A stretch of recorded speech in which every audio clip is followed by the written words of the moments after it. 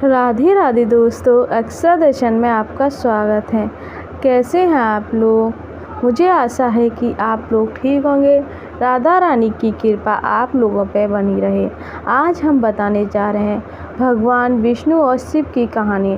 यह शिव और विष्णु के बारे में पौराणिक कथा है। क्या आप बद्रीनाथ की कहानी जानते हैं? ये वो जगह है जहाँ शिव और पार्वती रहते थे।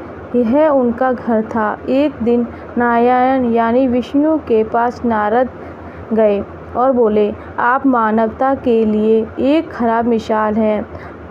आप हर समय शेषनाग के ऊपर लेटे रहते हैं। आपकी पत्नी लक्ष्मी हमेशा आपकी सेवा में लगी रहती हैं और आपको लाड़ करती रहती हैं। इस ग्रह के अन्य प्राणियों के लिए आप अच्छी मिसाल नहीं बन पा रही हैं। आपको सृष्टि के सभी जीवों के लिए कुछ अर्थपूर्वक कार्य करना चाहिए। इस आलोचना से बचने और साथ ही अपने उत्थान के लिए भगवान को भी ऐसा करना पड़ता है। विष्णु तप और साधना करने के लिए सही समय की तलाश में नीचे हिमालय तक आए। वहाँ उन्होंने मिला केदारनाथ, एक अच्छा सा छोटा सा घर जहाँ सब कुछ वैसा ही था जैसा उन्होंने सोचा था। साधना के लिए सबसे आदर्श जगह लगी उन्हें। दोस्तों, वहाँ उस घर के अंदर गए। घुसते ही उन्हें पता लगा कि यह तो शिवनिवास है और वह तो बड़े खतरनाक व्यक्ति हैं। अगर उन्हें गुस्सा आ गया तो खुद का भी गला काट सकते हैं और दूसरे का भी। ऐसे में नारायण ने खुद को एक छोटे से बच्चे के रूप में बदल लिया दोस्तों, और फिर घर के सामने बैठ गए। उस वक्त शिव और पार्वती बाहर कहीं टहलने गए थे। जब वे घर वापस लौटे तो उन्होंने देखा कि एक छोटा सा बच्चा ज़ोर ज़ोर से रो रहा है। पार्वती जी को दया आ गई। उन्होंने बच्चे को उठाने की कोशिश की। शिव जी ने रोक दिया, इस पर बच्चे को मत छुओ। पार्वती जी ने कहा, कितने क्रूर हैं आप, कैसी ना समझी की बातें करते हैं। मैं तो इस बच्चे को उठाने जा रही हूँ, देखते हैं तो कैसे रो रहा है। से बोले, जो तुम देख रही हो उस पर भरोसा मत करो। मैं कह रहा हूँ ना, बच्चे को मत उठाओ।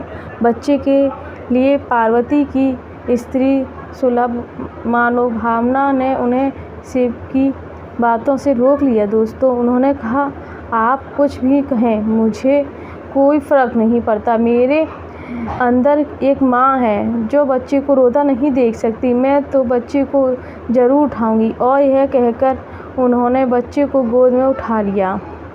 दोस्तों, फिर बच्चा पार्वती की गोदी में आराम था और शिव की तरफ बहुत ही खुश होकर देख रहा था। शिव उसका नतीजा जानते थे, लेकिन करें क्या, इसलिए उन्होंने कहा, ठीक है, चलो देखते हैं क्या होता है। पार्वती जी ने बच्चे को खिला पिलाकर चुप किया और कहा, वहीं घर पर छोड़ दिया।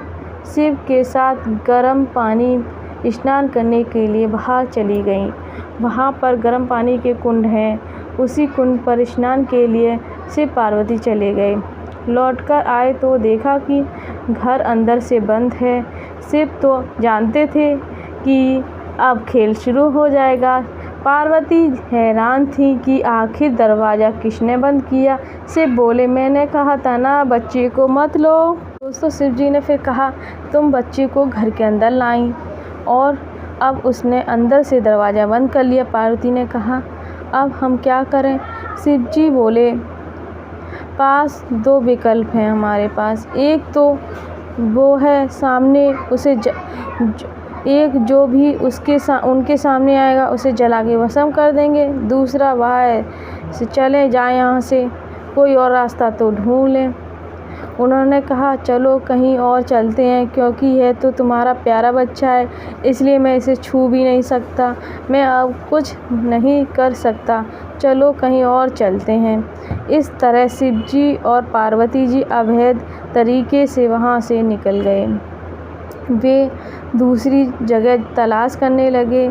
दोस्तों पैदल पैदल निकले। दरअसल केदारनाथ और बद्रीनाथ के बीच की चोटी से दूरी चोटी के बीच सिर्फ 10 किलोमीटर की दूरी है। आखिर में वह केदारनाथ में बस गए। इस तरह शिव ने अपना खुद का घर खो दिया। दोस्तों अगर मेरी कहानी अच्छी लगी हो तो मुझे कमेंट में बताएं और मेरे चैनल को लाइक सब्सक्राइब ज़रूर करें। राधे राधे दोस्तों।